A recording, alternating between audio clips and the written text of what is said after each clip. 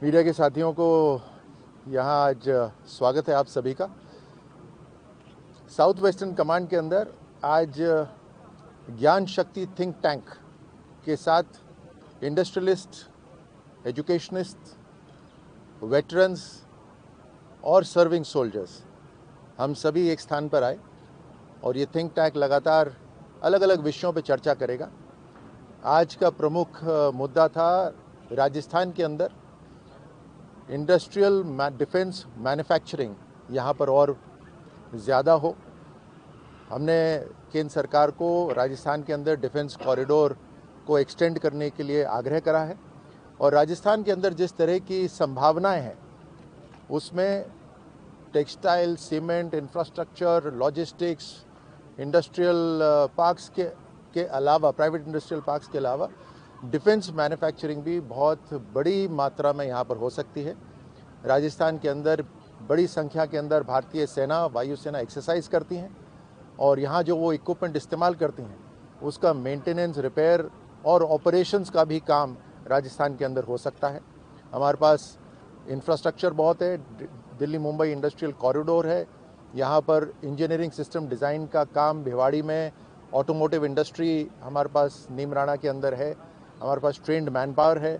तो आज मैं जनरल मनजिंदर को, जो जीओसी इनसी साउथ वेस्टर्न कमांड है, उनको बधाई देता हूँ, धन्यवाद भी देता हूँ कि एक नई अनोखी शुरुआत उन्होंने जो करी ज्ञान शक्ति थिंक टैंक की, उसके लिए बधाई। और आने वाले समय में राजस्थान सरकार पूरी तरह से तैयार है राइजिंग राजस्थान को लेकर। राजस्थान के अंदर हमारे युवाओं को और रोजगार मिले, चाहे वो सेल्फ एम्प्लॉयमेंट में हो, चाहे वो डायरेक्ट एम्प्लॉयमेंट, इनडायरेक्ट एम्प्लॉयमेंट में हो, और डिफेंस बेस्ड जो मैन्युफैक्चरिंग है और बिजनेसेस हैं उसको बढ़ावा मिले राजस्थान के अंदर। उसके लिए राजस्थान सरकार हर तरह से इन इंडस्ट्रीज़ को मदद करेगी। मैं आज मुख्यमंत्री जी भजनलाल जी को भी धन्यवाद देता हूं कि पहले ही वर्ष में राइजिंग राजस्थान की शुरुआत करी, इन्वेस्टमेंट समिट की शुरुआत करी, और जो एमओयूज़ हम करेंगे उन एमओयूज़ को हम धरातल पे अपने ही सामने लेकर आएंगे ताकि राजस्थान के अंदर एक आर्थिक वाइब्रेंसी हो, एक इकोनॉमिक वाइब्रेंसी यहाँ पर हो। Any questions? इस तरह का पहला कार्यक्रम शुरू हुआ है, इसका राजस्थान में क्या फायदा होने जा रहा है और इसके बेनिफिट्स क्या आने जा रहे हैं? अब इसमें हम किस तरह से देखें कि पूरा स्ट्रक्चर क्या होगा? आमतौर से पहले एक गैप रहता था इंडस्ट्रियलिस्ट के और सेना के बीच। सेना की क्या ज़रूरत है वो अगर इंडस्ट्रियलिस्ट को पता चले तो वो और बेहतर तरीके से इक्विपमेंट बना सकते हैं।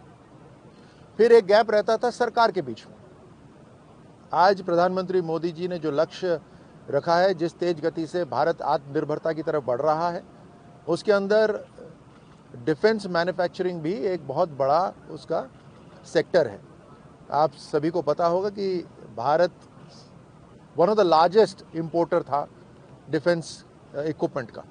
हम एक्सपोर्टर बनना चाहते हैं और यहीं मैन्युफैक्चरिंग होगी तो देश का पैसा भी बचेगा और देश के नौजवानों को रोजगार भी मिलेगा। तो हर तरह का फ़ायदा है यहाँ पर डिफेंस मैन्युफैक्चरिंग होने से, और उसी को सोचते हुए आज ये जो थिंक टैंक है उसके साथ इंडस्ट्रीज़ और एकेडमिया की बातचीत हुई। जब मैं एकेडमिया का बोल रहा हूँ तो राजस्थान के अंदर एजुकेशनल इंस्टीट्यूशंस भी बहुत सारे हैं। आईआईटी जोधपुर है, एमएनआईटी जयपुर है, उसके अलावा कई सारे इंजीनियरिंग कॉलेजेस हैं। यहाँ पर जो स्टूडेंट्स हैं उनको प्रोजेक्ट दिए जा सकते हैं, वो रिसर्च करेंगे इन प्रोजेक्ट्स के ऊपर, जो इक्विपमेंट बन रहा है उसकी टेस्टिंग भी कर सकते हैं। यहाँ पे क्योंकि सेना की संख्या ज़्यादा है तो टेस्टिंग भी राजस्थान में हो सकती है। लैंड स्पेस काफ़ी अवेलेबल है तो यहाँ अलग अलग इक्विपमेंट का फील्ड टेस्ट भी यहाँ पर हो सकता है। तो इसमें क्या कोई मॉड्यूलिंग हम करेंगे सेना, इंडस्ट्री और एकेडमिया के बीच, या इस तरह के तीनों की एक साथ कोई मॉड्यूलिंग सामने आती नहीं है? ये इसीलिए तो मैं जनरल साहब को बधाई दे रहा था कि इस तरह का सोच रखना ये आधुनिक भारत की नई पहचान है कि आज ये सारे इंस्टीट्यूशंस एक साथ आ रहे हैं और एक साथ आकर भारत की क्या ज़रूरत है उसके ऊपर चिंता भी कर रहे हैं और काम भी कर रहे हैं।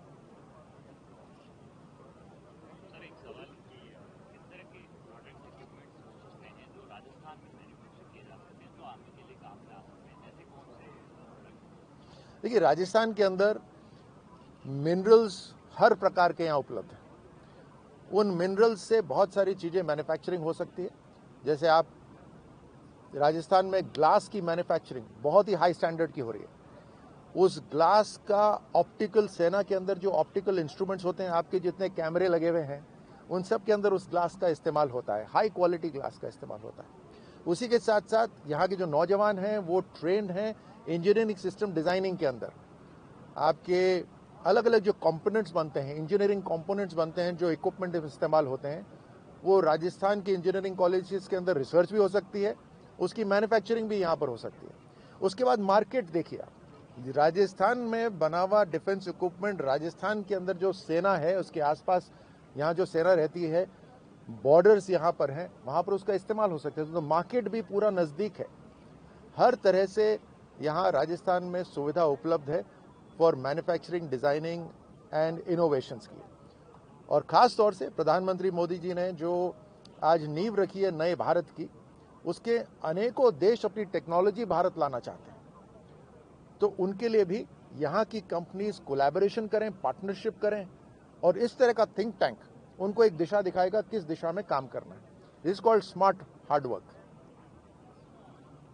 जस्ट ऐड, अभी राजस्थान में आने का कैसे फ़ायदा होगा? अभी इंडस्ट्री पूरी साउथ पेंसिल इंडिया में है और भारत की जो फौज है बॉर्डर हमारे नॉर्थ और वेस्ट में है।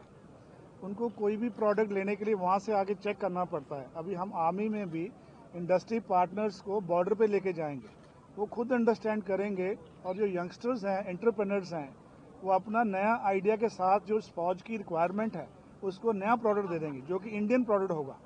उसका जब उस प्रोडक्ट के साथ जब भारतीय सेना लड़ेगी उसका कोई मैच नहीं होगा किसी के साथ। तो इस तरह से जो राजस्थान, क्योंकि बॉर्डर स्टेट है और बहुत बड़ा एरिया है और मिलिट्री बहुत प्रेजेंट है, तो इंडस्ट्री, मिलिट्री, गवर्नमेंट मिलके एक बड़ा अच्छा इकोसिस्टम बना सकते हैं कि सेना की ज़रूरत, स्टेट की रिक्वायरमेंट और खुद हम आत्मनिर्भर भारत के अंदर हिस्सा ले सकें। तो इसलिए ये इनिशिएटिव जो स्टेट गवर्नमेंट ने सपोर्ट किया है, हमें पूरी उम्मीद है कि इसको आने वाले 2-3 साल के अंदर ही बड़ा फ्लिप मिलेगा और डिफेंस इंडस्ट्री इधर आके सेना का भी फायदा होगा, इंडस्ट्री का भी फायदा होगा और राजस्थान स्टेट के यूथ का भी इसमें बहुत फायदा होने वाला है।